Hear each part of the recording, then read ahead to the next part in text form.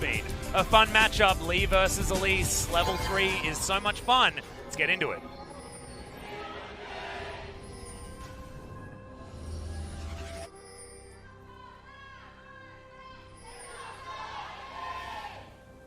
SANDBOX gaining fans slowly and steadily throughout their inception into the LCK to now. 10 p.m. local time. We see that Viper, we talked about how Summoner Aerie was being thrown in to the realm of the Sona builds. We're seeing a different choice. Now let's talk about how Game 1 went the way of SANDBOX, and specifically to what SANDBOX did. They had Summit just find inventive ways to stop Sona Taric from ever being a thing. Honestly, it was Sona somewhere and then Taric being collapsed on, or Sona being collapsed on and Taric having to ult disconnected. It was never the duo for easy team fights. They were definitely pulling some misfires, but it was also Summit Silas dropping into different spots to assassinate the Sona. If you look at the comp from Griffin, they actually don't have what we saw from the Sona Galio we really liked, where they had a lot of zone control with Cannon Ultimate and Galio and other AoE controls. They in fact had AoE CC on everyone. In here, all we see is Galio alongside Tarzan and Chovy probably diving on Lee Sin and Akali. So actually, this is the sort of game where Sona might just be killed in transition and not be able to be the aura bot that usually makes her a guaranteed win champion. So I don't mind Viper dropping some of that early gold generation, going the way of the Unsealed Spellbook, and having flexible options like heal and cleanse and ghost to try to get himself out of bad predicaments. The thing I very much like here on SANDBOX's side is that they've navigated themselves into a position where they have lanes that are pretty good. You know, Ryze versus Aatrox has been an ever-evolving matchup on the top side of the map. I'm not entirely sure where it sits at the moment, but can be pretty comfortable for the Ryze. He's just going to try and scale. I think it's very easy to make a meme joke about Ryze right now, because it's very much like pop a thumbs up, Ryze 9-11, great matchup for Ryze, and then 9-12 is a different kettle of fish for some of these matchups. Yeah, well, Summit just avoids every single ability coming out of Sword there. You got movement speed, shield, and ranged harass, so Aatrox obviously hates his life. Can also turret dive, the newer version of Aatrox as well, so you can actually kill him with that first CC, like is present in most Ryze matchups. So. Glad you bring that up, because they also have an Elise, Papa Smithy, and what does she do very well? You know what? She dives. She follows up the first CC with a cocoon that can't miss, and then happy times ahead. Yeah, and then if you're underneath, the turret has Repel to get herself out of any threat range. It's real scary. But whether they can actually navigate themselves into a position where they can utilize it is the question, because Griffin, in the early games of all of these games, have actually been doing a decent job. And when you see Ryze Elise, you say, please counter-gank my lane, Tarzan. So that's why he's in top side, trying to find as much information as possible. He already had a ward, he was ready for the lane play. Scuttle could be contested here. Smite down on Elise. Yeah, or he is able to pick that one up, but Tarzan does throw some damage back. Dove, though, will have the inside track in the mid lane, as the push advantage was certainly there for the Jace. So no follow-up from Chovy. That is eventually going to go down, but 19 health was a low margin for that Riscutler.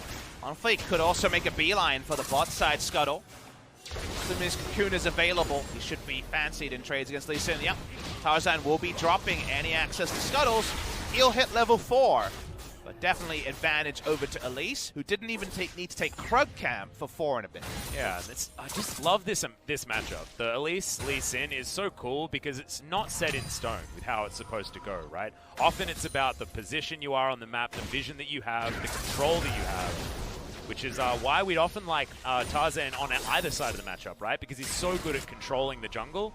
However, OnFleek has really put himself into a position in the LCK where he has a target on his back for being one of the most proactive junglers that we have, even if it isn't necessarily as cerebral as what Tarzan offers. And I think we always talk about matchup. This is like an invader's advantage or proactive advantage, where if you're the one walking in and they face check you, well, that's a lot of burst damage you're taking, and that's usually what happens. So it means that both of them beholden to playing aggressive, which is what we kind of want out of our League of Legends Atlas. So just a matchup that you can look at, smile, and enjoy, because it's been kind of evergreen through, what, 5 to 6 years of competitive play. I think ever since Elise and Lee Sin were released. Whichever one came first. I think they were actually relatively close Lee Sin together. was first, I believe, and then Elise following. Yeah. I want to say Elise is Season 3. Yeah. I also remember that no one really played Lee Sin for a very long time. Even though he was very strong, no one had figured him out. It was a different time of League of Legends. And so they probably came into meta at similar times, to be honest, despite the release dates being different. Summit not able to get auto-attack harass, so no turret placed in the very much bot lane. Yeah, meanwhile, bottom side, Ghost has to use the flash, but isn't going to be enough. Standard comes in. Will Viper be able to catch up? The answer is no.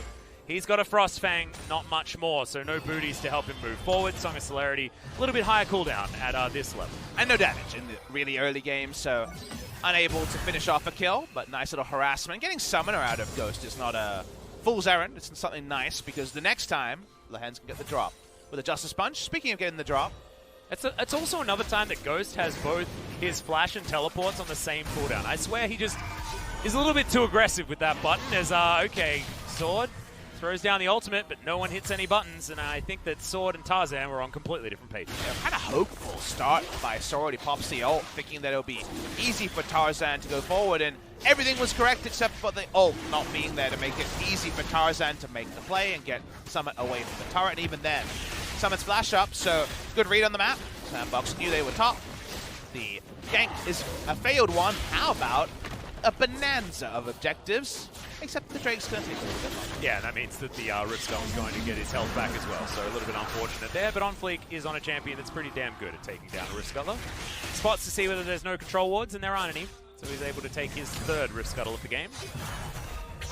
Sword playing aggressively here, but notably, it's not Summit playing the Aatrox, it's not Keen playing the Aatrox, it's a different kettle of fish. Is now spotted. Yeah, moves down towards the bottom side. Viper in trouble. Cocoon is going to find the Sona somehow out of nowhere. Ghost is going to get the cash in, and SANDBOX strike first, and they strike hard. And it's like a double kill because it's a 300 bounty already for the Draven, so a lot of gold coming in there, 1,700 casual That's almost lead. double, Papa Smithy. That's in fact, yeah, very close. I think it's like 50 gold. And Ghost would have double that of what Viper has. And even if you put the numbers together like you should do when it is a non-farming Sona, it is still a lot more gold on the side of SANDBOX's duo lane than there is. And how about a turret plate to make it even more sweet? Yep, that will be double the gold. Now going over to Ghost. And we know that he's very, very good at finding himself moments in the mid-game to utilize Draven's absolute power. I feel like there are certain people that are born Draven players. You may have seen them on Twitch before. I do wish that I was VOD reviewing, and we get the replay. It's so important, is there just was nothing. There was no accountability when it's no flash on both Viper and Lehends. So, honestly, yes, it would have been a little bit harder to kill the Galio, but it felt like the Cocoon, any Cocoon is golden. So, yeah. Not able to tank with impunity like they were with the Yuumi in game number 2.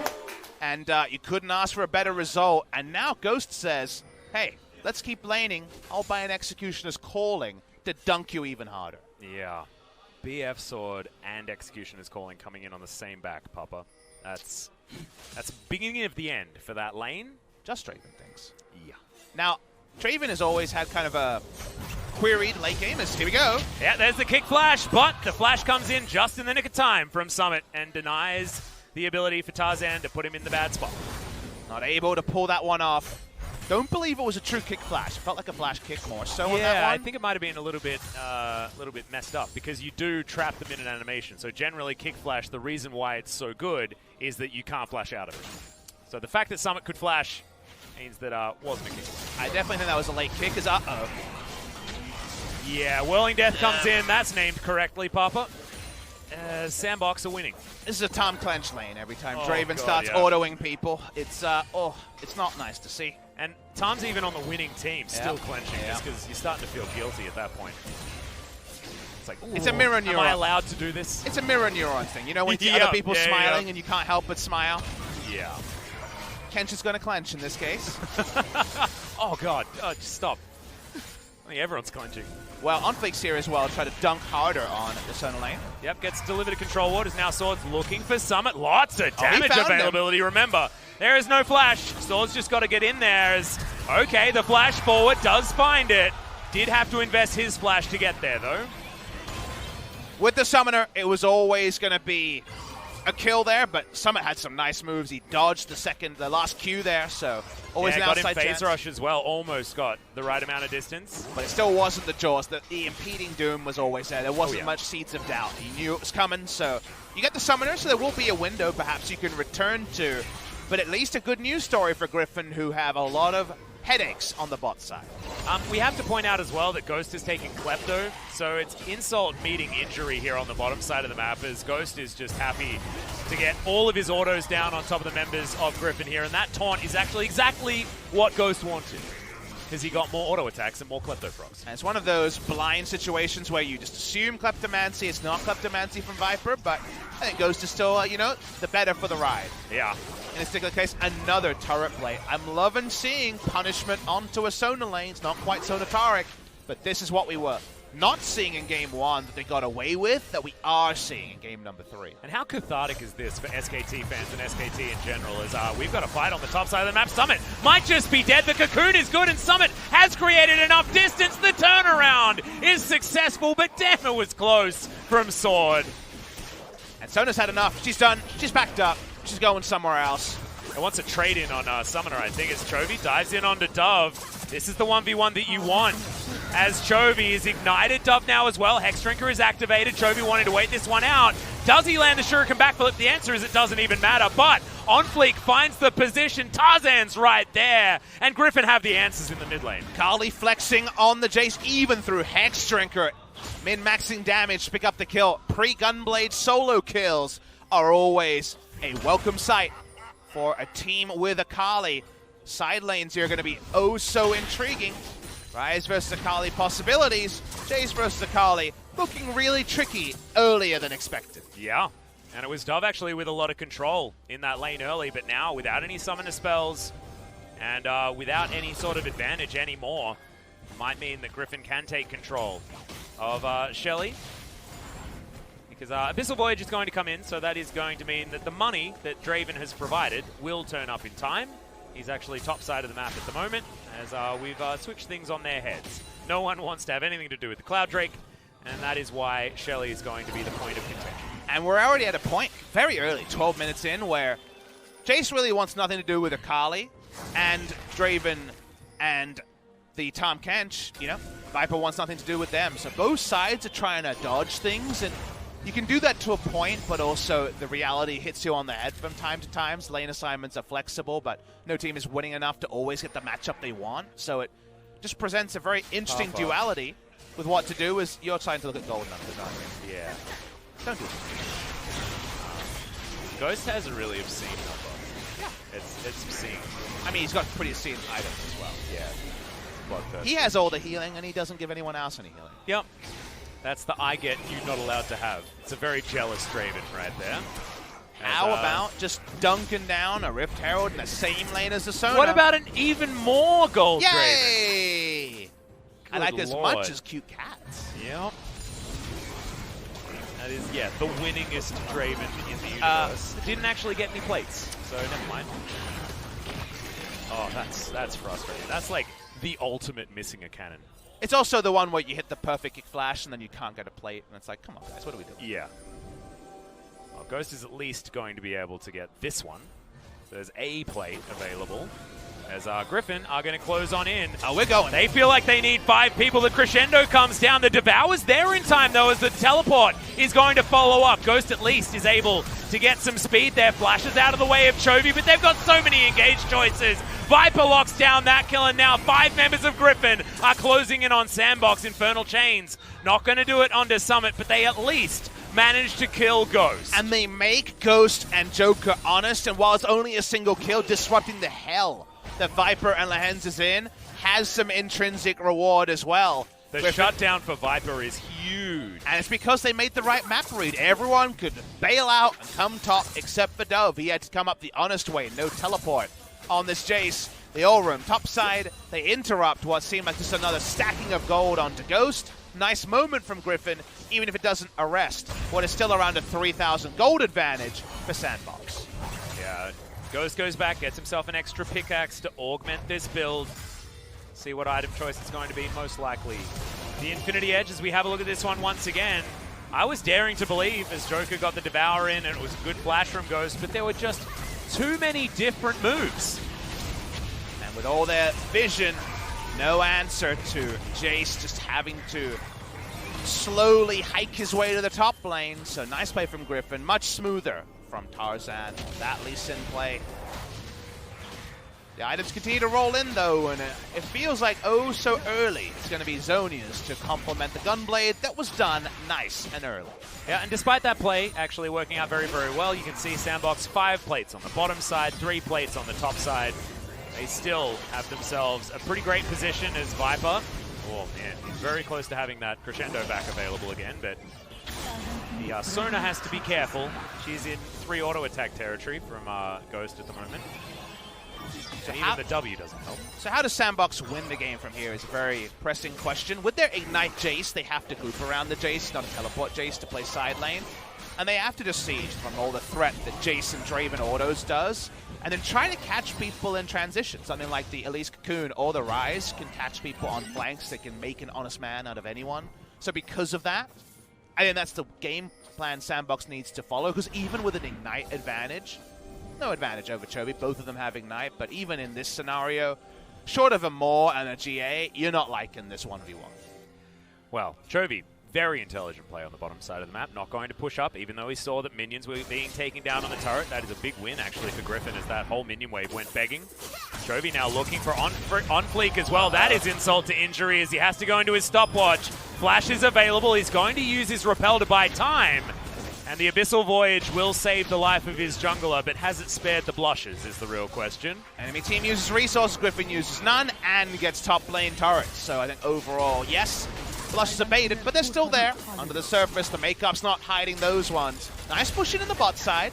Chovy finds one scenario where he doesn't have an all-in. With his ult on cooldown, Chovy cannot get a double kill out of nowhere. Yeah, fair bit of damage available here against his turret. 2 ranged attackers, so the inner is going to go down. The defense is working on the top side as well, as Summit is up there, flash in hand. So he's not going to get ganked and killed. This is a good force from SANDBOX on the bottom side.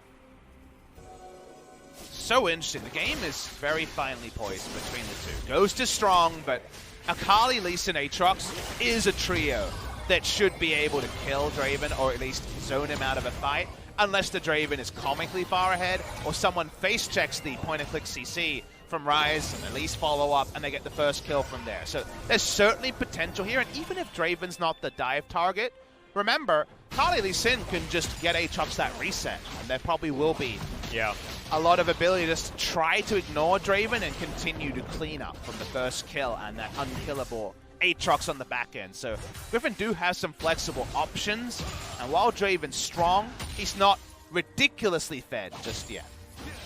I mean, he is still 3,000 gold ahead of Viper. Because he doesn't have his Klepto, so I guess he's not going to have as much money as Sona's going to at maybe the 20-minute mark for any other Sona that we've seen so far. So maybe that's not necessarily the right sounding board to try and work that one out. However, that is still a big number in anyone's book.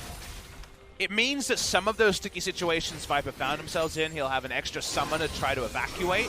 But getting to the item total he found himself in harder, Viper might die to the ultimate here. Yep, that's a willing death. If it lands, he's dead.